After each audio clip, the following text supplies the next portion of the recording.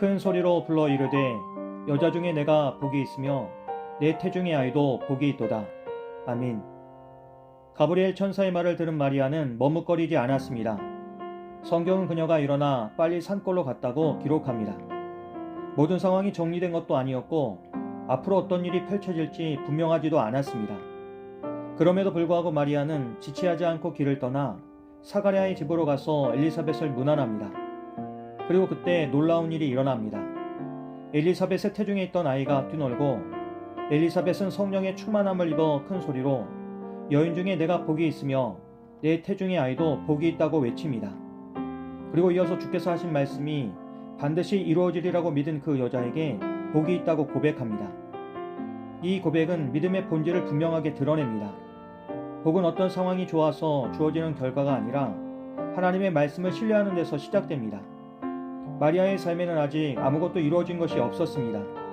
눈에 보이는 변화도 그리고 확인할 수 있는 결과도 아무것도 없었습니다. 그러나 이미 그녀는 복 있는 사람으로 선포됩니다. 이 확증의 말을 들은 마리아는 침묵하지 않습니다.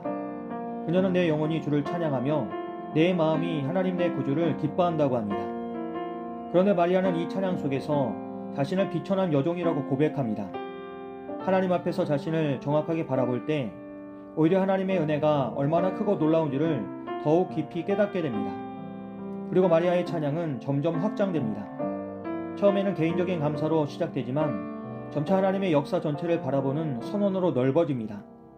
그녀는 자신의 삶에 일어난 일을 통해 하나님의 능력을 고백하며 그 능력이 자신에게만 머무르지 않고 하나님을 경외하는 모든 세대에 이어진다고 선포합니다.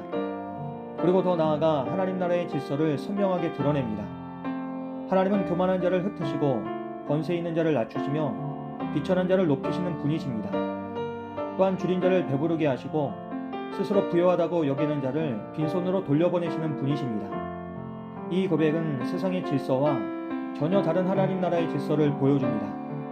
세상은 힘 있는 자와 가진 자를 중심으로 움직이지만 하나님은 자신을 의지하는 자를 높이시고 채우십니다. 마리아는 아직 아이가 태어나지도 않았지만 이미 그 아이를 통해 이루어질 하나님의 통치를 믿음으로 바라보며 찬양합니다. 이처럼 보이지 않는 미래를 현재의 확신으로 살아내는 것이 바로 믿음입니다. 그리고 마리아의 시선은 다시 과거로 이어집니다. 그녀는 하나님께서 아브라함에게 하셨던 약속과 이스라엘을 향해 주셨던 언약을 기억합니다. 그리고 지금 자신의 삶 속에서 일어난 일이 오랜 시간 이어져 온 하나님의 구원 계획 가운데 있다는 사실을 깨닫습니다.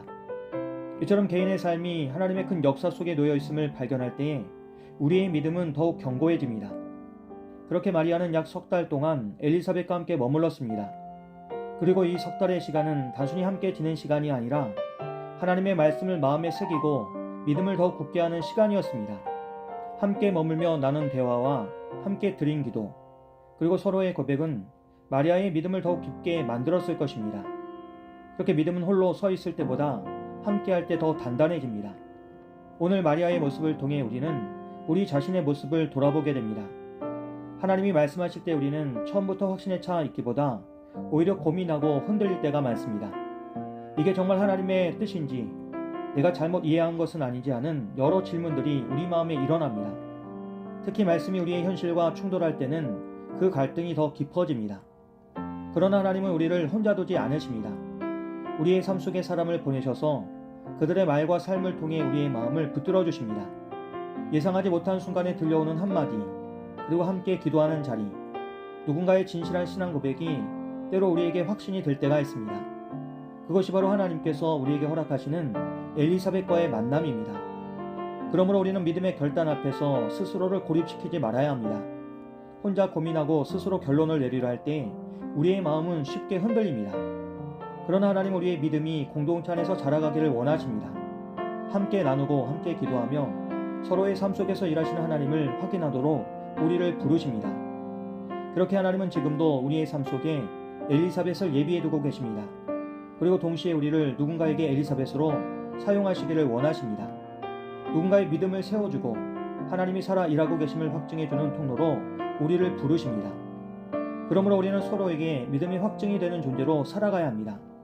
낙심한 사람에게는 확신을 전하고 흔들리는 사람에게는 하나님의 말씀을 다시 들려주어야 합니다. 우리의 작은 한마디 그리고 우리의 진실한 고백이 누군가에게는 큰 믿음의 전환점이 될 수 있습니다. 그렇게 하나님이 예비하신 만남 속에서 우리의 믿음은 더욱 분명해지고 우리의 고백은 더욱 깊어집니다. 그리고 마침내 우리도 마리아처럼 하나님을 찬양하는 자리로 나아가게 될 것입니다. 오늘도 하나님께서 우리에게 주신 말씀을 끝까지 붙들고 그 길을 함께 걸어갈 믿음의 사람들을 만나게 하시기를 주님의 이름으로 간절히 기도합니다.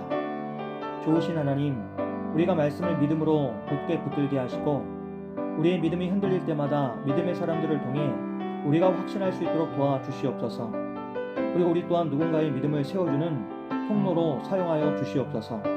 예수님의 이름으로 기도합니다. 아멘.